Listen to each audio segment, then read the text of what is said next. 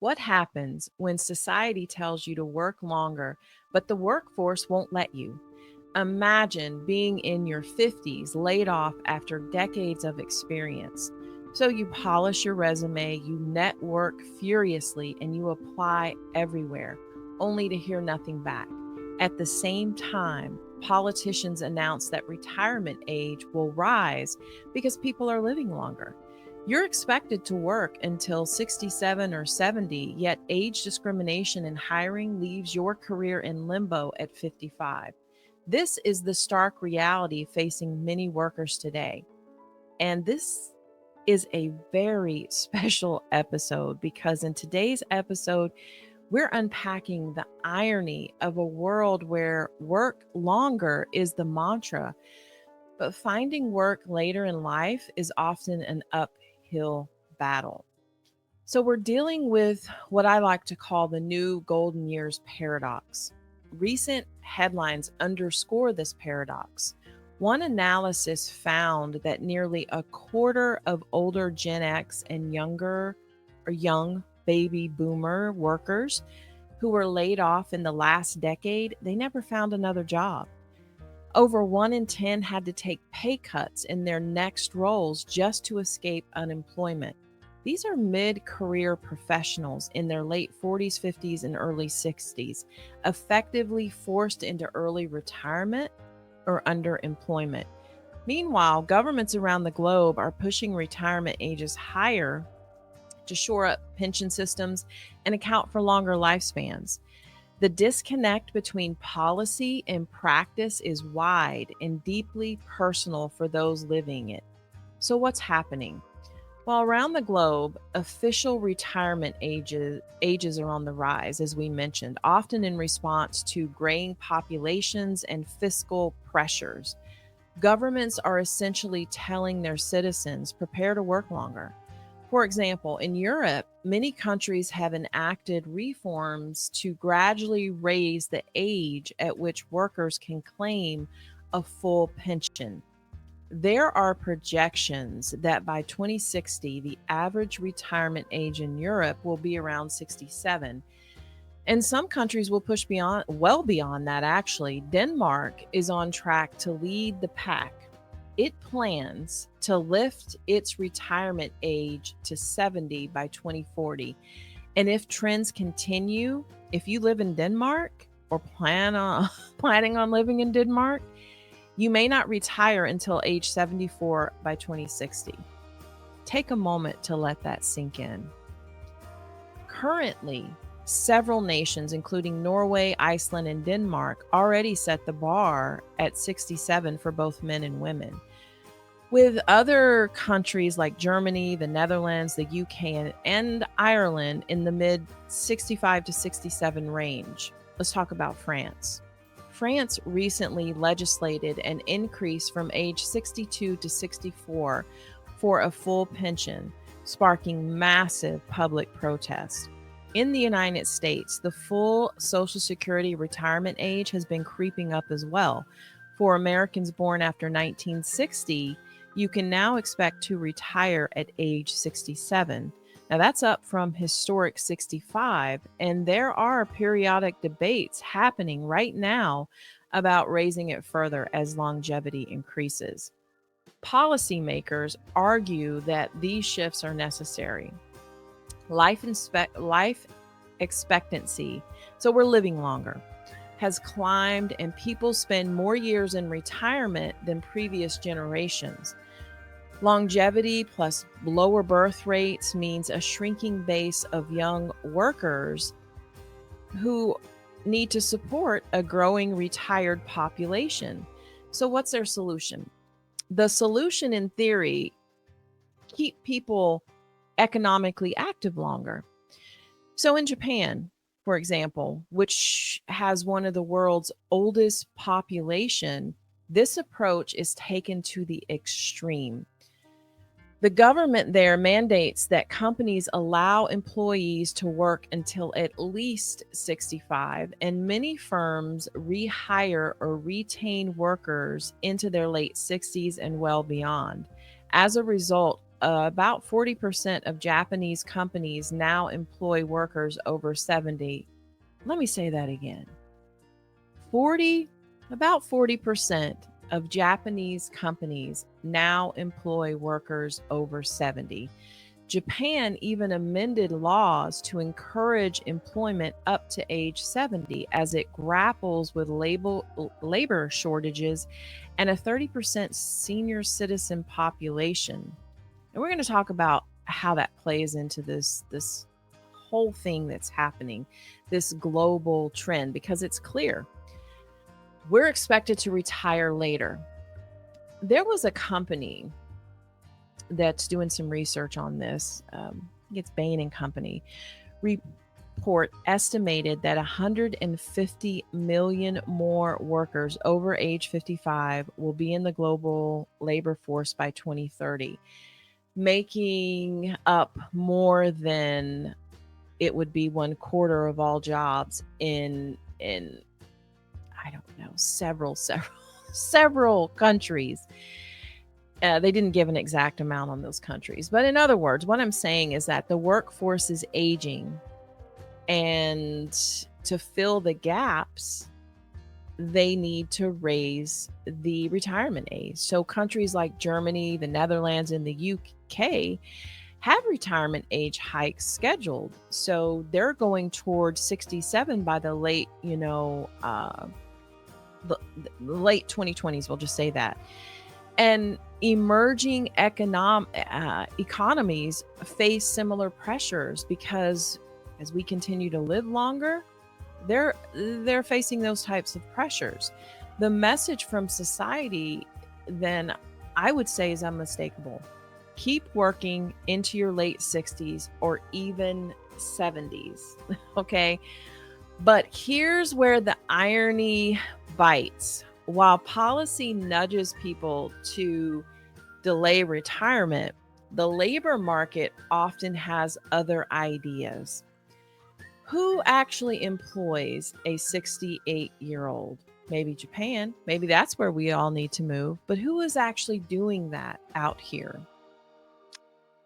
It's one thing to raise the legal retirement age on paper, but on the ground, many workers find that long before they hit that age, employers and sometimes their own bodies are pushing them out. So we get back to the paradox, the golden years paradox. Can't retire, can't get hired. For many individuals, the notion of working into their late 60s is not a matter of choice or longevity, it's pure necessity. Surveys have shown that a huge share of midlife and older workers feel financially unprepared to retire.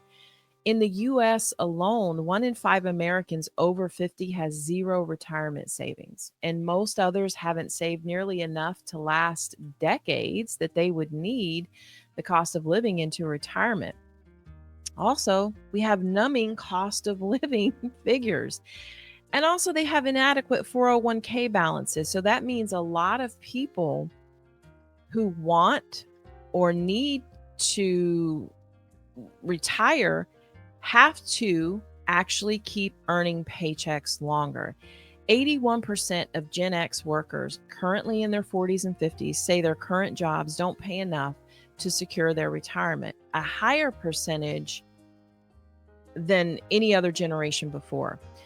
So it's no surprise then that many Americans plan to work well past the traditional retirement age, regardless of what these new policymakers' laws and up in the retirement age is. Yet, ageism in the workplace presents a cruel catch-22. It often kicks in long before someone is truly old. In fact, in the United States, the Age Discrimination in Employment Act is supposed to legally protect workers starting at age 40. Okay, you just get out of your 30s, and when you hit 40, you need a law to protect you, the Age Discrimination Employment Act.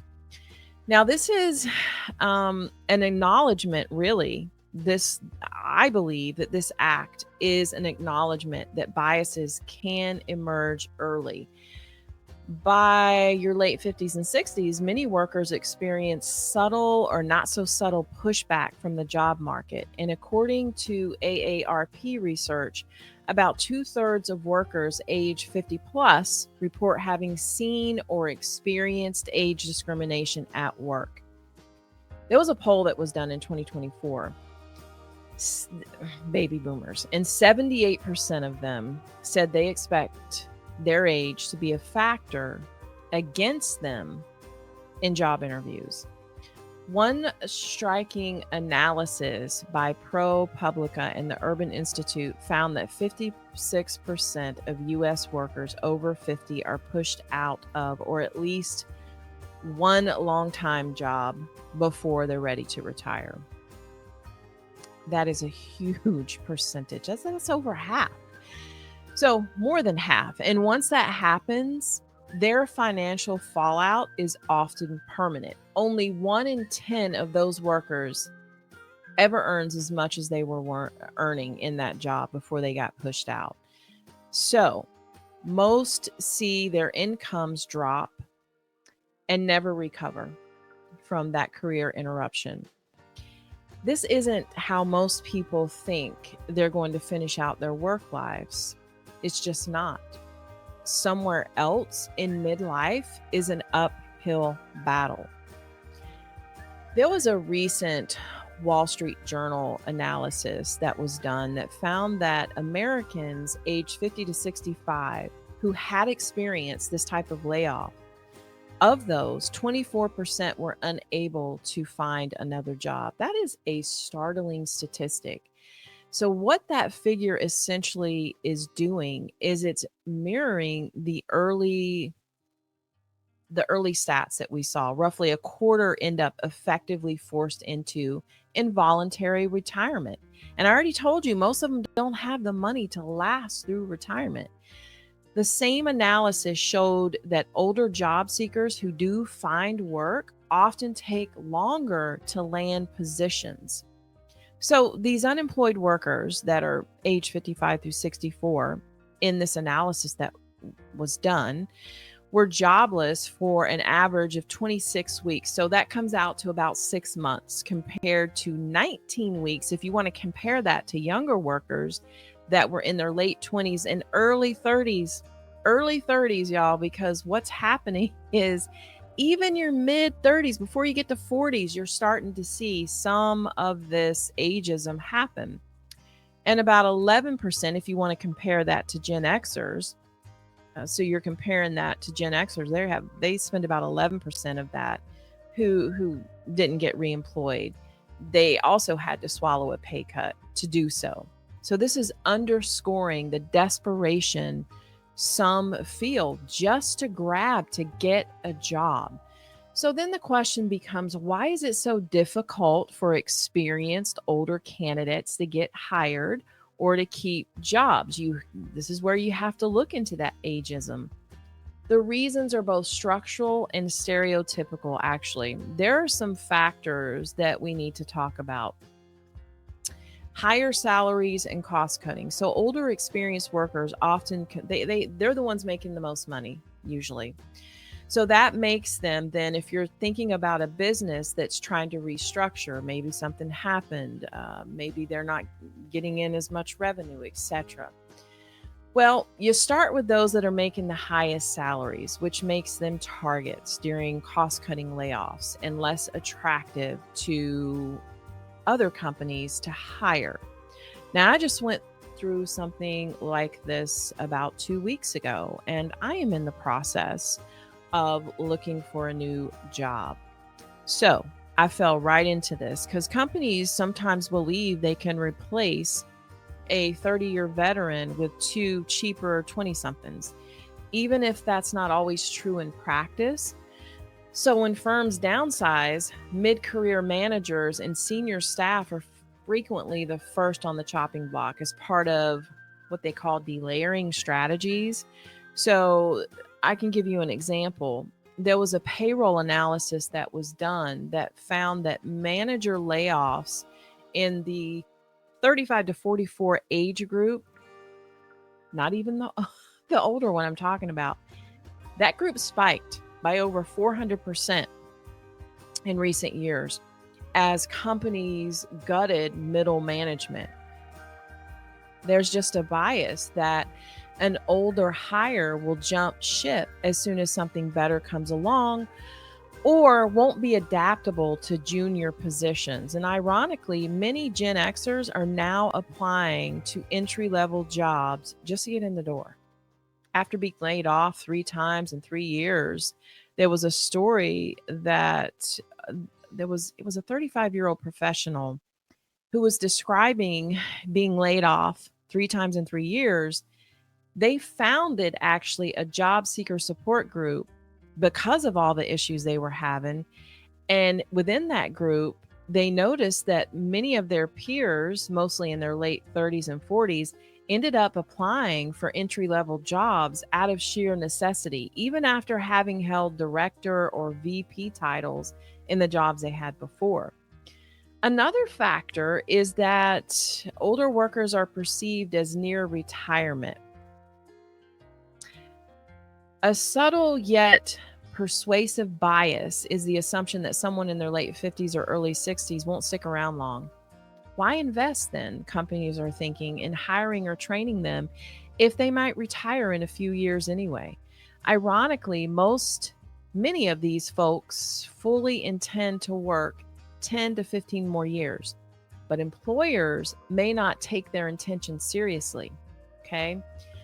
Basically, Gen Xers are often seen as short timers compared to millennials or Gen Z, and that's a perception that is hurting their hiring prospects. So, if you're closer to the notion of retirement age, even one that's being moved out of reach, you're going to be marked potentially as risky or just not worth investing in. And the next thing I want to talk about is something huge: tech skills and cultural fit stereotypes. Ageist stereotypes paint older workers as less tech savvy, adaptable, or innovative. Now, I'm going to talk about this from a couple of perspectives. It is an unfair notion that they're fossils who can't learn new tricks, okay? In fast changing fields like tech, media, or marketing, this bias is especially strong. There was a Gen X commenter that I ran across, had a blog, and was recalling something that I want to share with you. And basically, what they recalled was how, as they were 30 something, they viewed 50 something colleagues as fossils with out of date skills and out of touch perspectives. Now in his 50s, he and his peers had been laid off and they are struggling. Remember, this is how he viewed it in his 30s, but now he's in his 50s, he's been laid off, and he's struggling to find new work due to the same prejudice that he once held. Additionally, interviewers, often decades younger, might feel that an older candidate won't mesh with a youthful work culture.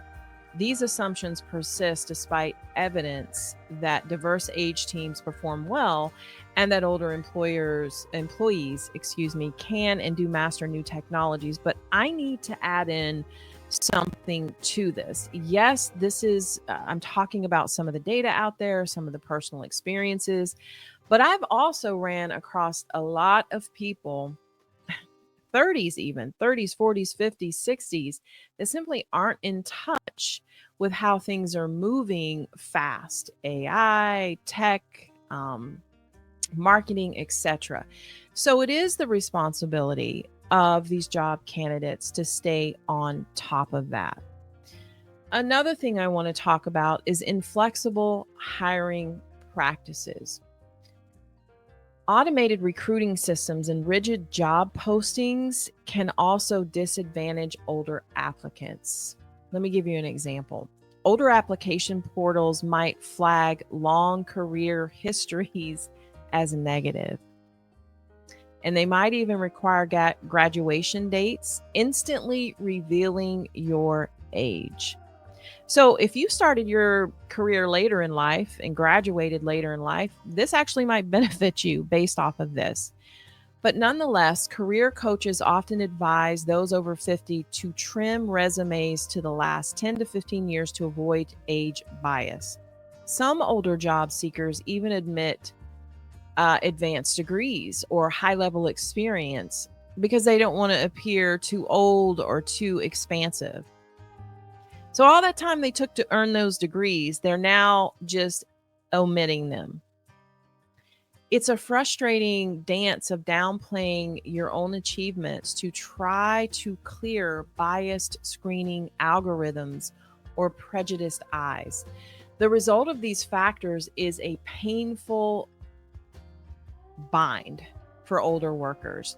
Let's talk about it's a double bind actually, because older workers are told they shouldn't retire yet. You're too young to retire, but they're not given fair opportunities to work either. And so the stress and the despair this paradox breeds is palatable in personal stories, as I'm going to share with you next. So these are real life stories from the front lines. Policies and statistics, yes, they tell us one side of the story, but personal experiences, they reveal the human toll. Across social media forums and real world interviews, older job seekers have been sharing what it's like to navigate this daunting landscape. Their stories range from heartbreaking to infuriating, often with a darkly ironic sense of humor about the whole situation. So let's dive into a few of them. Let's hear from a few of them. So I'm going to share with you, I'm going to title this The Laid Off Midlifer. And I'm going to leave out names for privacy purposes. So she's 53 and had a career in marketing, but found herself laid off twice in 2 years. The second time, she realized her financial safety net was gone. And I'm going to quote her words. She said, "I should be retiring in 12 years, and there's no way that's going to happen." That's what she said. And she also said that she has no retirement savings left after the setbacks the layoffs that she suffered. So she's been scrambling to find another job and has been putting in applications for months. Meanwhile, the bills are piling up. She said she feels like she'll be working forever. So instead of enjoying the final stretch of her career and planning for retirement, she's looking at the prospect of starting over from scratch. Let me share another story with you. I like to title, I Desperately Want to Work. So consider the experience of one 55-year-old job hunter who shared his frustrations on Reddit. He said, "I got laid off in May and I've been applying for 6 months." Okay. And this was last year. "I haven't had a single in-person interview. I've had a few Zoom interviews, but I feel like once they see me, they see Gandalf or Father Time." Those are his words. Despite solid credentials that he has and what recruiters called a golden resume, he kept getting passed over. Financial stress was mounting for his family as the holidays approached. And he said he never felt this hopeless in his entire life. And he's battled depression, but this was a new low. So this account lays bare the psychological toll of prolonged job search if you're in your 50s, even late 40s, 30s. You just have a mix of anxiety. You have a diminished self-worth and a fear that time is working against you. The reference to Gandalf or Father Time, in my opinion, really highlights how age can overshadow experience in the eyes of biased interviewers. Let me share another one with you. I like to title Clinging to Any Job. So I ran across another post this was a person in their 40s, and they were describing hanging on to a job that they actually hate because he's seen what happens to his friends just a few years older. So he's been trying to help his friend, who, by the way, is, in IT, and this is a 48-year-old male, find work, and they're having zero luck for him. So the friend that's trying to help him, who's also the same age, is clinging to his job that he actually does not like because at least he has a job. And so this sentiment, any job is better than no job, is driving many unhappy older employees to stay put out of fear, because they know if they leave or get laid off, it is going to be almost impossible for them to get hired again. Very difficult. Not impossible, but extremely difficult. It's career gridlock. Older workers can't move for fear of job loss, and younger workers below them can't advance because they're not moving, and it's breeding resentment on both sides. In fact, there was a recent report that was published, and I think it was called Career Ladder Gridlock, where you got older workers not retiring, yet also not necessarily progressing. So you're creating this bottleneck that is frustrating these younger colleagues that are waiting their turn. It's an ironic twist. Older people are hanging on because of age discrimination, which in turn inadvertently slows promotions for the younger colleagues. Nobody wins in this scenario. And how about this one? Back to gig work at 60. This fascinated me because some stories end more happily, at least temporarily, and I'd like to share that with you. A 55-year-old project manager from Canada was sharing how he sent out 154 resumes after losing his job of 2 years. Imagine that, 154. Dozens of rejections came back. Most applications vanished into the void. He just kept doing it, kept sending more, even as his unemployment benefits continued to tick down. He was ready to drive Uber or take a retail job just to have something, despite decades in white-collar industries. And finally, there was a stroke of luck that happened for him. A chance meeting at a friend's party led to an actual job offer. It was a 1-year contract. It wasn't permanent, but he acknowledged that networking and actually luck, being in the right place at the right time, actually made a difference. And the market, he said, it really sucks. And he's just advising people to hang in there. It may work, but more than likely it will not. Those are his words. Not exactly a confidence inspiring pep talk, by the way, but an honest assessment from someone who narrowly escaped a lengthy bout of unemployment. Now, his long-term plan it's just a gig, right? But it's a path that many older adults are reluctantly considering. Temporary work, driving for rideshare services, freelancing, trying to piece together many different part-time roles when full-time employment is not coming for them. Now, this last story I want to leave you with, I'll just title this Working into Your 70s by Necessity. For those even older, retirement often isn't an option at all.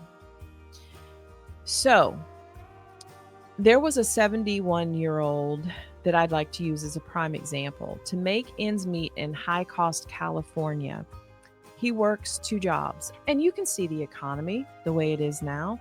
In 2023, LinkedIn even noted a trend of baby boomers unretiring. About 13% of formerly retired boomers on the platform had unretired. They ended their retirement status and went back into work in some capacity. And these stories paint a resilience colliding with reluctance. People want to work, and we're talking about people who want to work and people who have to work, yet they face systemic headwinds. And the emotional toll, I hope that you can see, is very evident.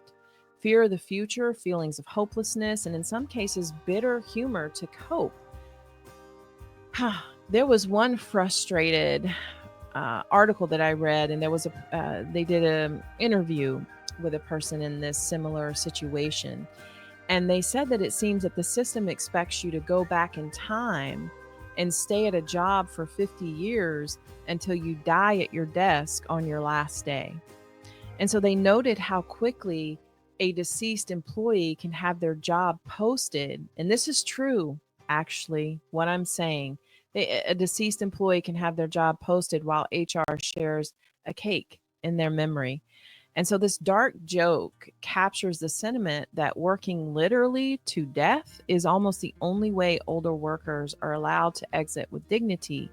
This is a hyperbolic statement, but one rooted in real anxieties. And by the way, I experienced this. It was a while ago, but there was a job opening that opened suddenly, and it turns out the worker had worked literally until they ended up passing away at their desk, and immediately HR was hiring for that position. So that is a perfect way to lead us into the strain under this burden when we talk about health and financial risk. Because beyond individual anecdotes, there's a broader issue. Many older workers simply cannot extend their careers due to the nature of their jobs or health. So it's important to remember that not everyone in their 60s is a knowledge economy professional who can comfortably sit at a desk. A significant share of those approaching retirement have been doing physically demanding, dangerous, or high stress work for decades.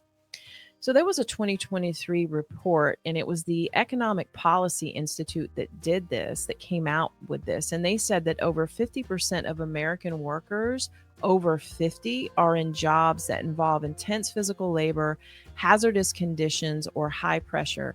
Over half. So that's more than half. And they also have difficult schedules. So night shifts, unpredictable hours that are taking a physiological toll. These kinds of conditions often lead to accelerated wear and tear on the body and the mind. So they force people into early retirement, whether they like it or not. And then we get into that whole paradox. Do you have the money to continue through retirement? And so for those workers, proposals to just delay retirement seem cruel. How do you tell a 60-year-old construction worker with bad knees to keep hauling bricks until he's 70? Or a 63-year-old nurse who's been working 12-hour night shifts for 40 years to just stick it out a few more years because the pension system needs it? The reality is many blue-collar and frontline workers can't safely extend their working lives. Their bodies give out or chronic conditions intervene. A mid-60s CEO might be able to prolong his career with little trouble, maybe, but a mid-60s firefighter, factory worker, or nurse's aide is another story. This creates a kind of class disparity in outcomes. Those with physical taxing jobs often exit the workforce earlier, sometimes onto disability benefits or reduced early retirement pensions, while those in office jobs might manage to stay on. Policies that raise the retirement age across the board risk hitting the former group hardest. Exactly the people who can't work longer, but also are often the least financially prepared to stop working. It is a troubling policy paradox. Well intentioned moves to shore up retirement systems could inadvertently punish those in difficult occupations who have already given so much. And so there was an EPI report that bluntly stated working longer is not a viable solution to the retirement crisis for many people in these types of jobs. The financial consequences of these dynamics are serious. If you're in your late 50s or early 60s, late 30s, 40s even, and you lose your job with slim prospects of finding a new one, you may have to tap into retirement savings early. And so you're going to incur penalties or simply depleting what's meant to last decades. And some end up drawing Social Security at the earliest age of 62 because they have no income, but that may be changing. But doing so permanently reduces their monthly benefits by around 25 to 30% compared if they were to wait till full retirement age. It's essentially a pay cut for the rest of their life on top of whatever other losses they took from the job they lost itself. So others might lean on disability insurance if their health issues are even partly to blame for their exit. But qualifying for disability benefits can be a long shot and doesn't fully replace lost wages. We also have intergenerational impact. So, what this means is when older older workers struggle, sometimes their adult children or other family will step in financially as caregiver or as caregivers, adding strain all around. There's even a term now called the sandwich generation, and it's often applied to Gen X. They are simultaneously caring for aging parents and supporting kids and trying to keep their own careers afloat. So, if a Gen X breadwinner in their 50s is laid off and can't find work for a year or two, that can that can throw an entire family's finance into chaos. College funds raided, second mortgages taken out, retirements postponed indefinitely. So it's no wonder surveys show that Gen X feel particularly pessimistic and squeezed. They have the highest average debt of any generation in the United States, and many report juggling financial responsibilities for multiple generations. Pile a job loss or wage cut on top of that, and it's a recipe for personal financial crisis. If there's one thing our deep dive has made clear, it's that policymakers and employers must confront this irony head on. Raising the retirement age or simply expecting people to work longer won't work unless the labor market is prepared to value and accommodate older workers. So, what can be done to resolve this disconnect? There are several angles, some already in discussion or practice, others needing more attention that can help bridge the gap. Maybe strong age discrimination protections and enforcement, lifelong learning and reskilling programs, flexible and phased retirement options, job redesign and accommodations for that, support older job seekers, rethink retirement security. There should definitely be a cultural change, valuing experience, because no policy works without a cultural shift. We as a society need to combat this, that intervention and productivity are the domain of the young. Media and leaders can highlight examples of late career triumphs and contributions. So we need to foster in the workplace intergenerational collaboration to dispel myths when 25-year-olds and 65-year-olds actually work together and they can find common ground and mutual respect much more than they ever expected. So, a culture that celebrates mentors and seasoned experts rather than quietly shuffling them out the door, it will also reduce the resentment younger workers might feel by framing older colleagues as assets and teachers rather than just bottlenecks. So, for the 45 or 55-year-old today facing job insecurity, change can't come soon enough. They don't have the luxury of waiting decades for attitudes to evolve. They need opportunities now to apply their skills, to learn new ones, to be fairly considered and not summarily dismissed due to birth date. It doesn't matter what age you are, you should be able to get a job. That basic principle is what we must strive to uphold. The future of work is inevitably tied to the future of aging. With people living longer and populations graying, we're all likely to spend more years of our lives working. The question is, will those added years be rewarding or demoralizing? Will we seize the chance to harvest the talents of experienced workers or continue to waste them? The stories and stats we explored today are a cautionary tale, but also a call to action. They highlight the cost of inaction, wasted human capital, increased poverty among seniors, and a fracturing social contract where each generation mistrusts the others. It doesn't have to be this way. Imagine an episode in a decade or two where the narrative is different. Older workers thriving in new roles, retirement age that reflect not just economic calculus, but humane considerations, and a job market where experience isn't a euphemism for expired.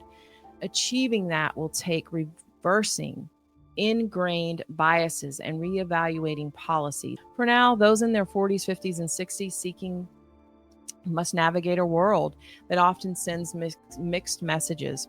We need you to work longer, but sorry, you're not what we're looking for. It's a cruel irony, but by shining a light on it, we move one step closer to resolving it. The more we talk about these contradictions in headlines, on podcasts, on forums, the harder it becomes for society to ignore the waste of potential and dignity involved. Ultimately, everyone, regardless of age, wants many of the same things from work: respect, purpose, and a fair chance. By embracing an age diverse workforce and crafting policies that ensure older adults aren't left out in the cold, we can turn the irony into opportunity.